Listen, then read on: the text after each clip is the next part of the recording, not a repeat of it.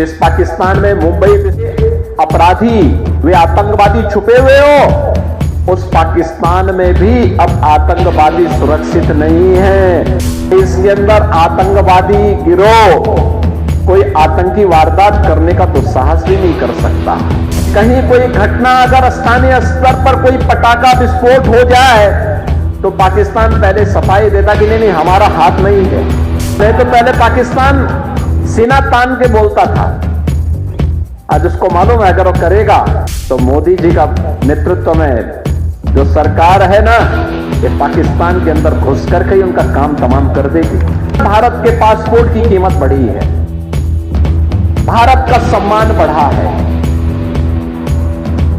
बड़े गर्व के साथ लोग आज इस बात को मानते हैं कि भारत दुनिया का एक सिरमौर है, लेकिन 14 के पहले ऐसा नहीं था।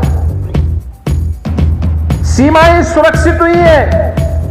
पहले दुश्मन देश भारत की सीमा में घुसते थे, सीमाओं का अतिक्रमण होता था, सरकारें आंखें बंद कर देती थी।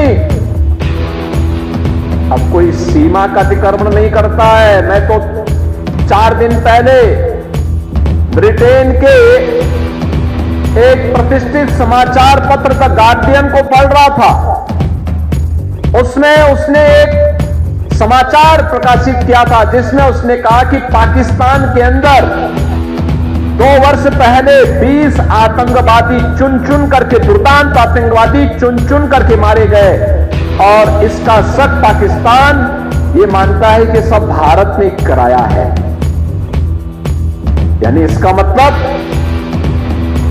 जिस पाकिस्तान में मुंबई विस्फोट के अपराधी वे आतंकवादी छुपे हुए हो, उस पाकिस्तान में भी अब आतंकवादी सुरक्षित नहीं है। अब दुनिया भी इस बात को स्वीकार करने लग गई है। दुनिया ने भी आतंकवाद को एक समस्या मान लिया है। जो लड़ाई भारत की है, उस लड़ाई में दुनिया आपके साथ खड़ी है।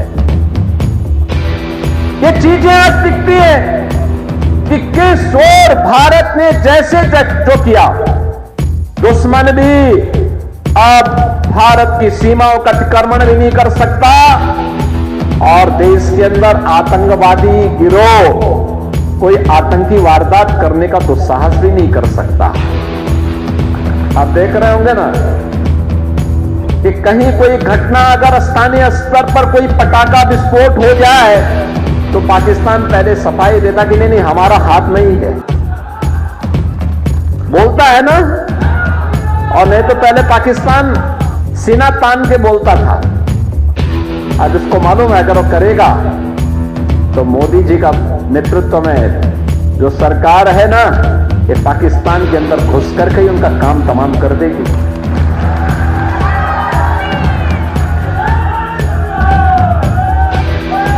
और भारत के अंदर आतंकवाद की जो सबसे बड़ी जड़ थी वो थी कश्मीर में धारा 370। हम एक ही नारा लगाते थे ना, एक देश में 2 प्रधान, 2 विधान और 2 निशान नहीं चलेंगे, नहीं चलेंगे। जहां हुए बलिदान मुखर्जी वह कश्मीर हमारा है, यही तो नारा लगता था। और बहनों और भाइयों, जो काम 1952 से लेकर के 2014 तक नहीं हो पाया, तो काम मोदी जी ने एक झटके में 370 समाप्त करके आतंकवाद की ताबूत में अंतिम कील ठोकने का काम भी करते हैं।